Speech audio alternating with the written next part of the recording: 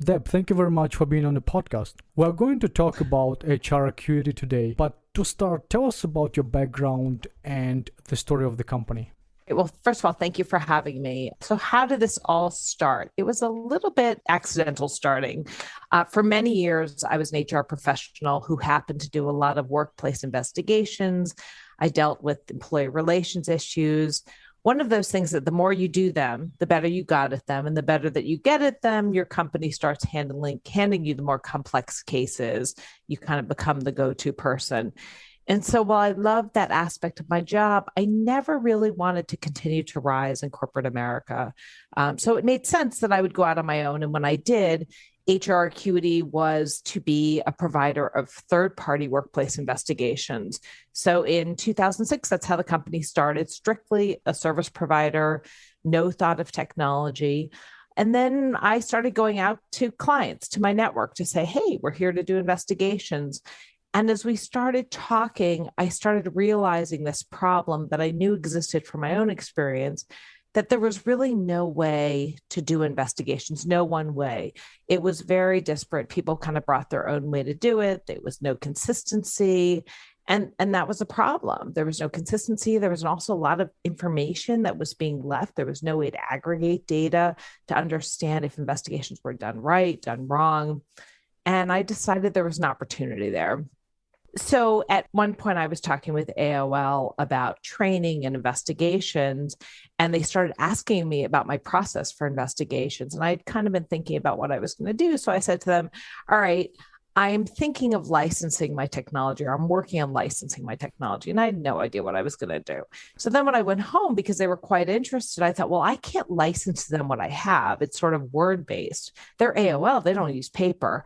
I have to make some type of a web-based tool. And just so you know, I had no technology background at all.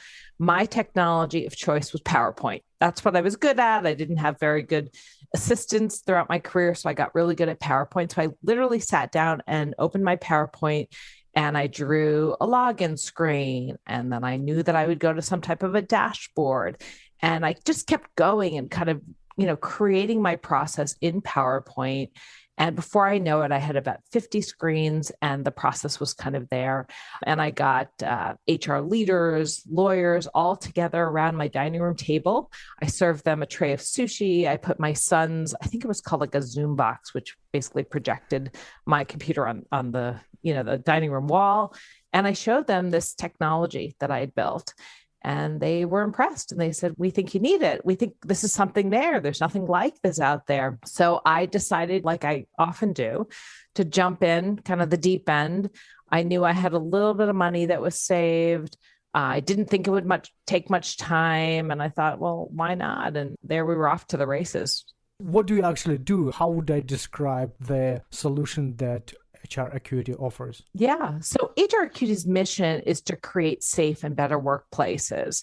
So how do we do that? We have the only technology platform that is specifically built for employee relations and investigations management.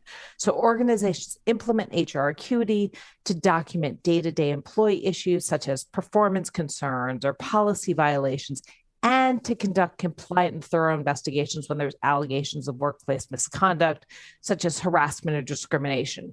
And through that consistent best practice processes and use and data analytics, the organizations can proactively uncover trends or bias in the workplace, ensure trusted experiences for their team members, and importantly, protect their brand from reputation-damaging headlines. So it's obviously a software, but was it always SaaS? Early on, one of my investors who worked at Red Hat at the time said to me, you should do SaaS. And I was like, what's SaaS? Remember, I have no technology background. I didn't have any idea what that was.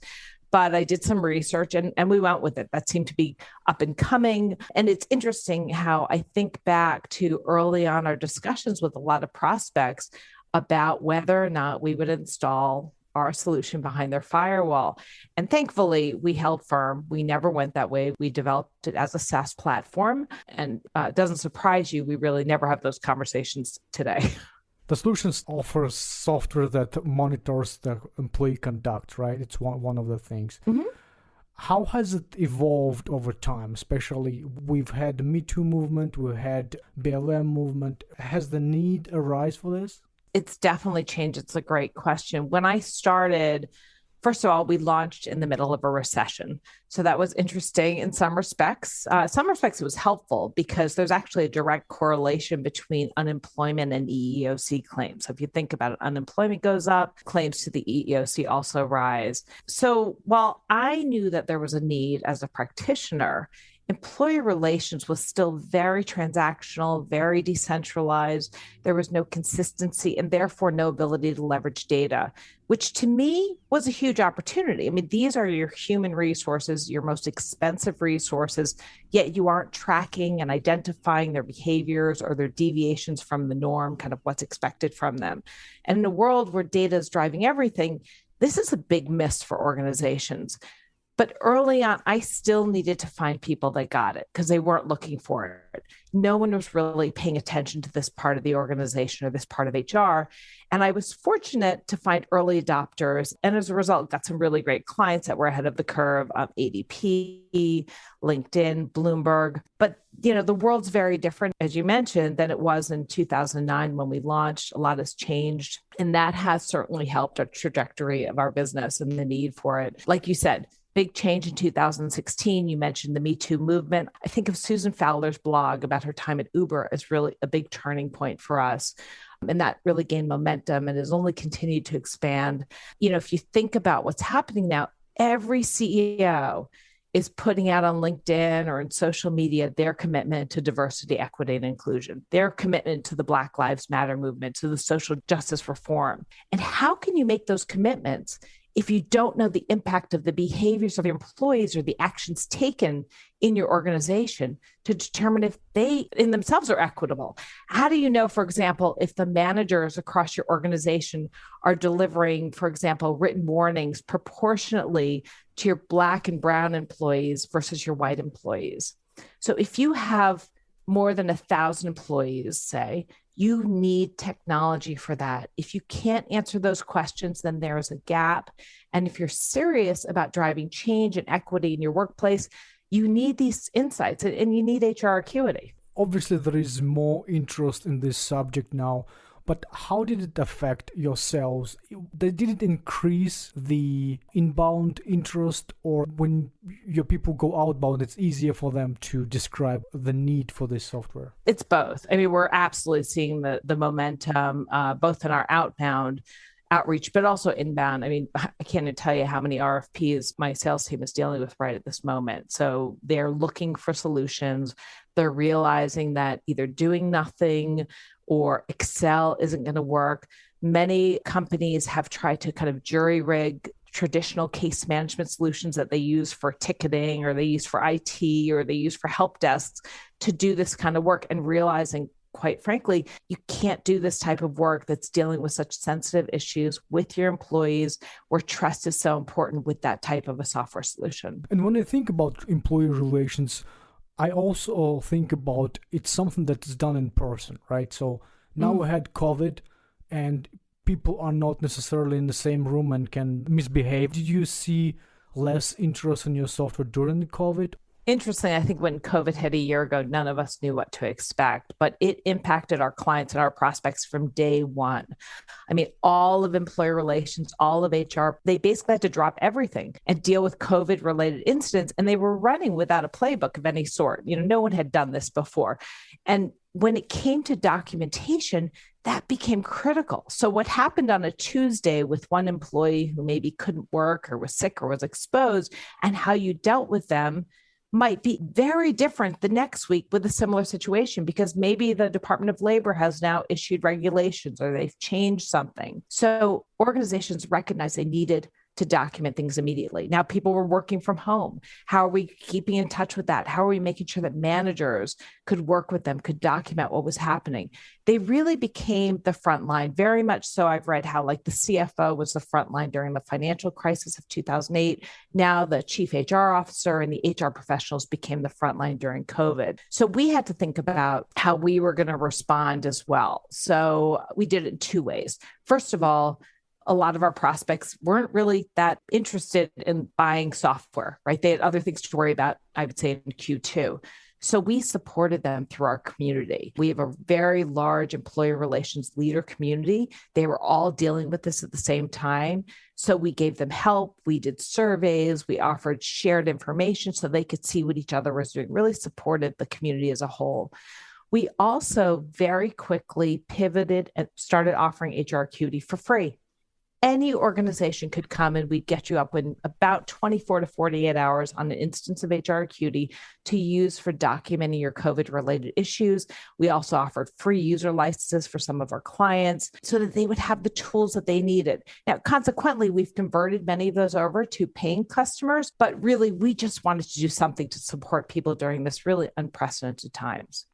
And who are your typical customers? Are they enterprise, small businesses?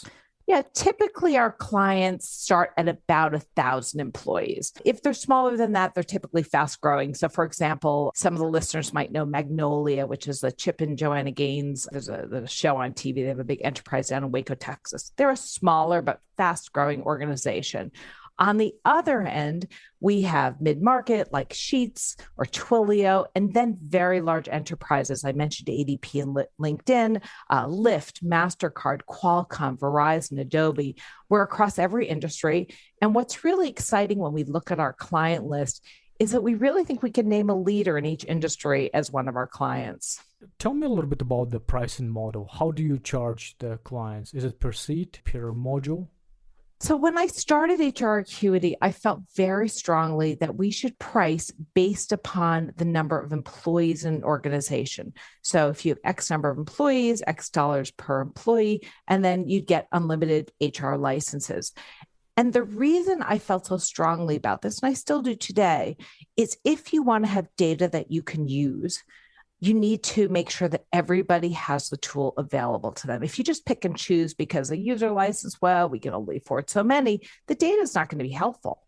And while the process consistency is a value, really understanding what's going on in your organization is just the game changer. So that is how we still price. We price our enterprise model like that. We have, I have to say, procurement doesn't like that model because they typically don't see it. So we've flexed a little bit. So we have a professional model, which has great features, but not as many as our enterprise. And we do those on a per seat basis as well. I'm wondering about the stickiness of this software because everybody says they're interested in this. They might subscribe, but how long they actually commit to it? Can you provide some retention numbers, the gross and net, if it's not a secret? Well, I can't provide exact ones, but we are very fortunate. We rarely lose our customers. Our gross revenue retention is near 100%. And our net revenue retention is comfortably over 100%. And I attribute that to a couple of things. You know, I grew up and I spent years being on the receiving end, the user end of really terrible HR technology that clearly was not developed by anyone that had ever done anything remotely like what I had to do each day, right? Clearly, some engineers went into a room and tried to figure out how to do our jobs. But HR Acuity is practitioner developed. It's purpose built. It's developed, meaning we truly understand that the people using our product are doing day to day. We understand what's important to them. And we continue through both our employee relations community that we've built and our clients. We continue to listen to their needs, to see what's coming, maybe even before they see it, and think about how technology can solve some of their challenges. And secondly, sort of similar, but I also know what it's like not to have a good experience with technology companies as a user. So from very early on, our company culture and our values emphasize treating our clients and everyone we work with truly as partners. And I think that's really made a difference in the success of the company. How big is the team? So right now we are, it's funny, I'm going to kind of hedge on this, but we're around 60 team members. We're growing very quickly. So we're hiring, I'm in the last phases of a VP of marketing search. We have a director of engineering position, but growing very quickly. And what's the company structure? Right now, I think it's fairly typical. It took us time to build that out. It's hard when you start a company of one, especially when you're bootstrapping, which I did early on, to know when it's time to really formalize the company organizational structure and to be in a place where you can afford to do that or to start growing it. So my first hire was a salesperson in 2009, which obviously makes sense. She and I were doing whatever we could together, very scrappy, trying different tactics, anything to get people to listen to what we had built. And then I was slowly able to build and add resources here and there. One of the things you hear as an entrepreneur is that your organization is going to change when you hit different milestones. 0 to 1 million is going to look very different than 1 million to 5 million and so on. We've been pretty textbook in that regard. After sales, we needed some more marketing. So, first we brought in some agency help without hiring resources. Then eventually we hired a VP of marketing. And again, now we're looking for a new VP for tech and development. I initially relied heavily on outsourced resources. We're very fortunate to have a great partner firm, Chinoa Information, who we've been working with for years. But I think it was 2017, I went to the SaaS conference. I was in San Francisco and I was listening to all the seminars from, the big SaaS companies on what you should and shouldn't be doing. And my big epiphany, my big takeaway while I was there was that I was a tech company without a tech lead. And so that's what I got out of that conference. And I hired my first and current CTO later that summer. So things take time. Product is the same thing. For a while, product was kind of a game of hot potato. We all kind of played a role in it. I, by default, was really the product leader. It was my baby. But that I knew, couldn't scale. So we brought on a product team, really excited about our new CPO that joined us this past fall. Customer success, very similar story. One of my very early employees, employee number 3, started with me doing implementations part-time and grew to be my VP of customer success. But that also has recently evolved. We saw such growth last year that I had to make the strategic decision to separate out customer success, which at the time included implementation and professional services, into 2 functions. So, I tell my team now, I just had a new hire luncheon today where we had a lot of new hires and I had a virtual lunch with them. And what I tell them and what we tell people, or what I tell them when I interview people, is that the HR Acuity org structure will look different at least every 12 months. And if that stresses you out, if you want to know what your role is going to be, if you need to know what title you're going to get next, this is not the place for you. But if that makes you really excited because it means opportunity, then welcome aboard. You're going to do just great. You mentioned that you experienced high growth last year or two. What caused that growth? It's a couple of things. The environment, right? The Me Too movement, all the things we talked about really has kind of elevated the conversation. Employee relations has truly become strategic. And so when you start to look at things strategically, you start to look at data, you want to have insights and stories to tell. And if you don't have the structure, if you don't have the technology to support it, you need to go looking for it. I mean, the other thing, quite frankly, is we took on investment. Can you tell me a little bit about that? You mentioned earlier that you're bootstrapped, but then it seemed like you received investment. Walk me through the process. First, decision making to take the investment, and second, how did you choose investors? And I'm trying to remember if it was 2015 or 2014. I was working with someone who told me that I should go get some money. So he helped me put together a deck. He put together all these meetings for me, and off we went to the races, going meeting after meeting. The problem with that was I didn't believe the story. And so when I looked at it, I didn't truly believe that if I got X amount of dollars, that it would, expand my business by whatever percentage we put on there. So that was one thing. And that was problematic because I wasn't willing to give up a portion of my company for something that I didn't believe that I could achieve, didn't really have a heart into. I also didn't like the people that I was meeting.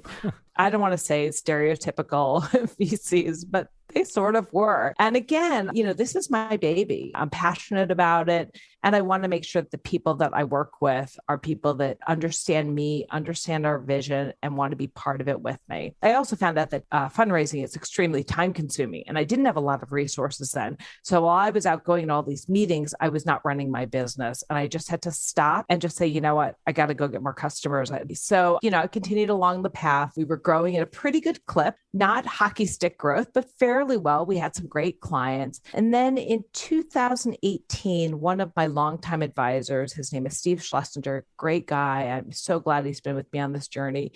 He sat me down, he invited me to lunch. He said, I want to invest in your company. I think you need capital, and I'm going to put together an angel round, and I want to invest. And so I said, well, Steve, that's great. Thank you very much. Appreciate that. Let me go back and let me think about it.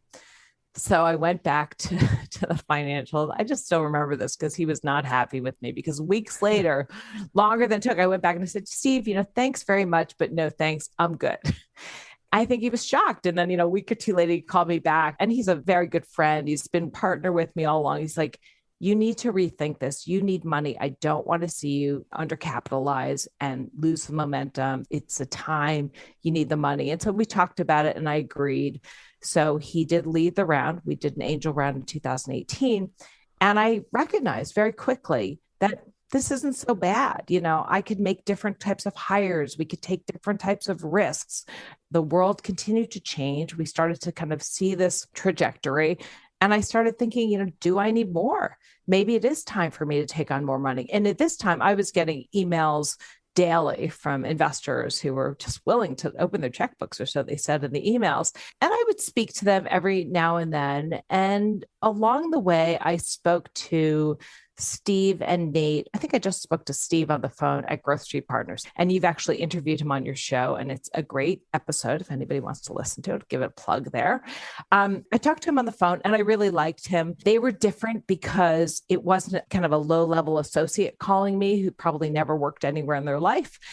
They were the partners. They had experience, and we had a great conversation, but I wasn't interested. I think I'd just gotten the angel round and didn't need any money, didn't think I needed any money.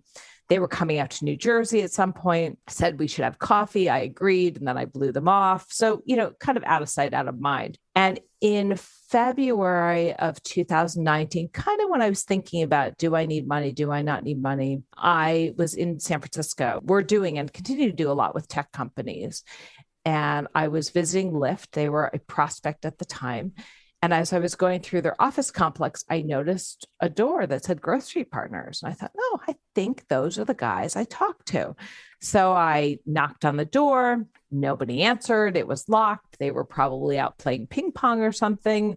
I sent Steve an email and said I was in the neighborhood, and he wrote me back and said, look, next time you're in town, stop by. We'll have some coffee. Fast forward to July, back in California, back visiting Lyft in the same office complex. They were now a client. And I told Steve I was going to be there, and he said, hey, come by, we'll have coffee. So I was not thinking fundraising from them. And the reason I will kind of share with you that's the case is, in my mind, for some reason, we had outgrown them. I don't know why, but just for some reason. But I really wasn't thinking about it, because on that trip, I brought with me my SVP of sales. She had actually not even started working for us yet. She was starting in a couple of weeks, but I was going on this trip. I was meeting so many clients and prospects. It was a great opportunity. She joined me on the trip. And I said, hey, you know what? We're going to stop by. We're going to have coffee with these two guys.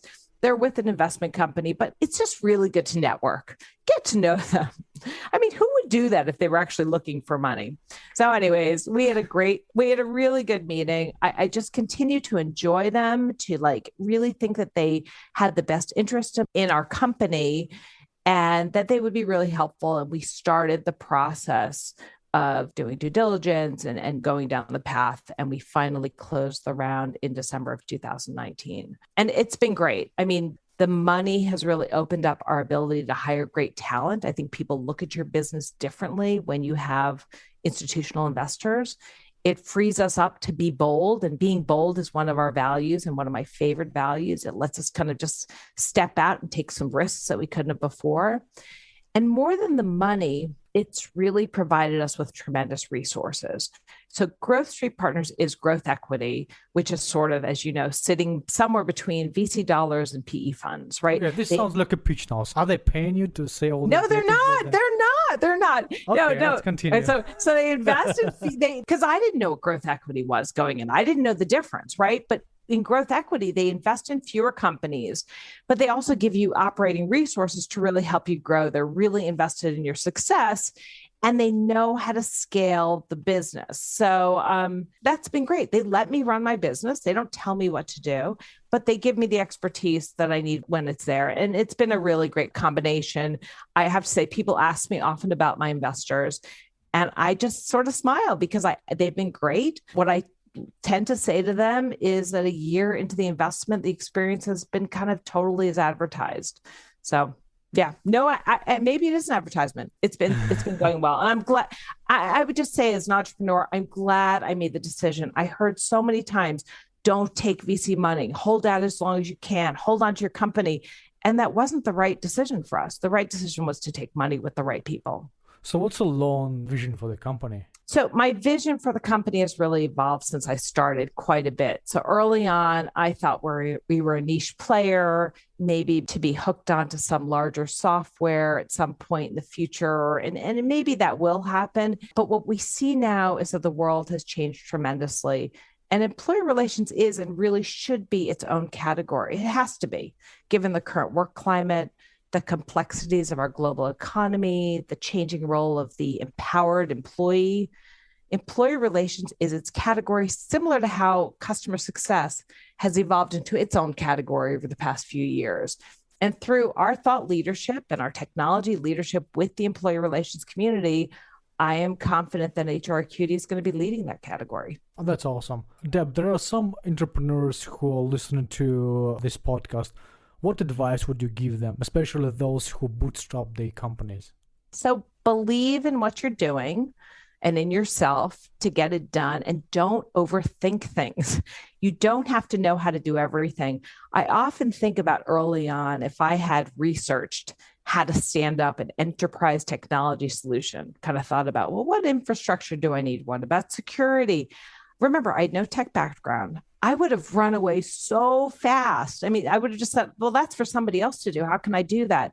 Because I knew virtually nothing about technology except what I knew as an end user.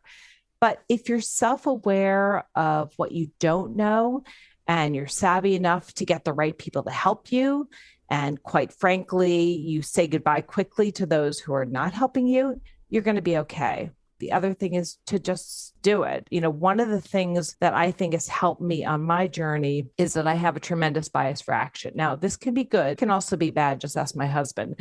But with the bias for action, you also have to be willing to admit when something isn't working and then just pivot, move on, and let it go. Thank you, Deb. It was great. Thanks for having me.